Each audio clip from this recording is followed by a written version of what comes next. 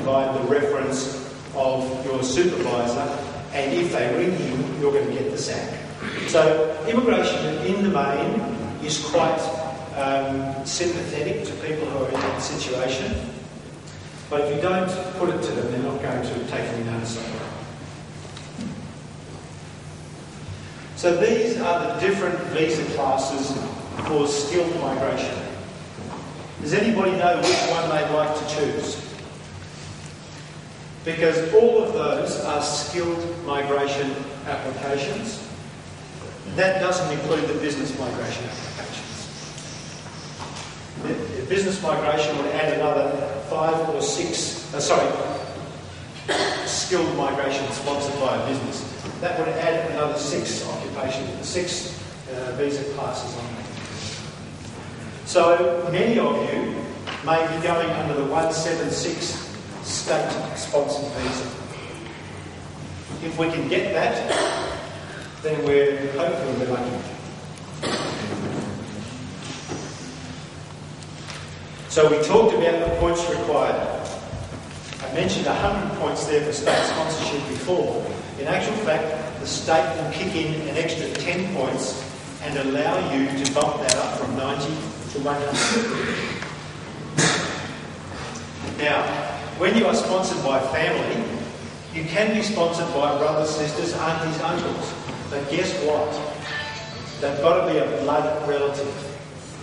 I've been so many places. Last time I was here, everyone said, I've got a cousin, I've got an uncle, I've got a brother, I've got an auntie in Melbourne. But when we come down to it, oh yeah, but they're not my real auntie. But I've called them auntie forever.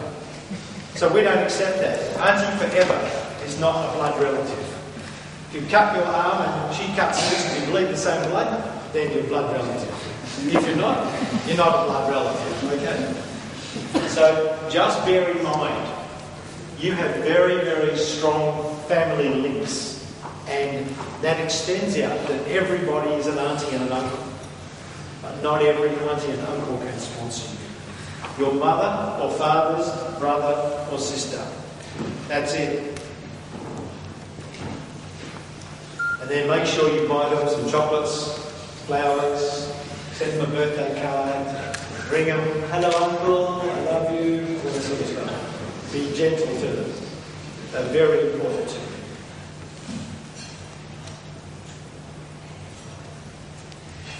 Okay, so the migration program has changed so rapidly since I was here a couple of years ago. The federal government recently said, about a year ago, said, what we're going to do, we've got this occupation list that has nearly 500 occupations on it. What we're going to do is we're going to shrink it down to 180. And only people on that list can apply. But what we will also do is we will allow the states and territories that I showed you on the pictures before, we will allow them to nominate their own occupations out of another pool of occupations of another 500 or 600. So each state or territory can tailor-make its state migration plan.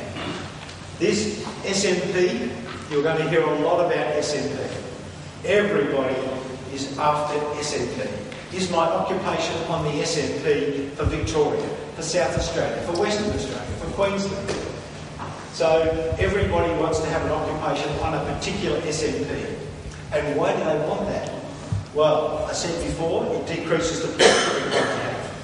It decreases the processing time. So it's very, very important, and it expands out the occupation category.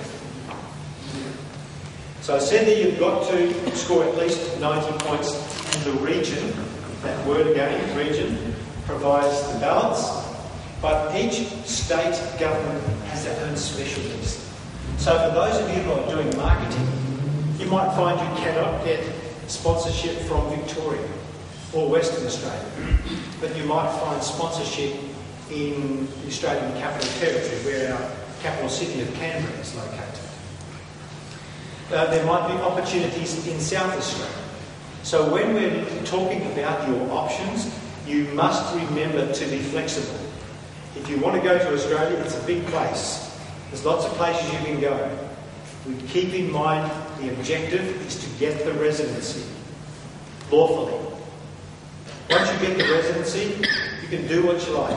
Multiple travel, go here, go there, do whatever you want, sit on the beach, play golf, don't work, swim, we don't care. Have a good time, enjoy your life. But you must be flexible in your attitude, because if you say, I'm only going to go to Victoria, if your occupation is not on their list, and I've seen the Victoria one, it's like this big, then you're not going to Australia. But there could very well be an opportunity for you in Western Australia. Lawyers are one problem we have with lawyers, apart from lawyers being lawyers, is that they must be registered. Now, like any professional body, the lawyers of Australia don't particularly want any more lawyers coming in stealing their work. So you have to get registration with your state legal body. Now that is an impossibility when you have an overseas law degree. It is impossible unless you go to Australia and do a conversion program, which will cost you many thousands. But there is one territory that is sponsoring people who are legal researchers, or judges advocates, or judges assistants, or magistrates. And you've got to have work experience in a similar area. So there are opportunities for lawyers to go to Australia. It's just that most lawyers don't know where to look, unless it's a court. So it's important that you're professional. When we sit down and talk to you, we need to know, are you flexible? If not, we're stuck in the gridlock. And when we suggest a place, then you need to be ready to take up the option. So I think that's a real positive for the state migration plans. It's allowed a lot more people, and particularly people like lawyers, to get a visa when before it was an impossibility. You only start getting bonus points when you click into level 7 IELTS in every game. The age limit, though, does go up to under 50. So those of you who happen to be 46 today, or will be 46 on the 1st of July 2001, it still offers you an opportunity.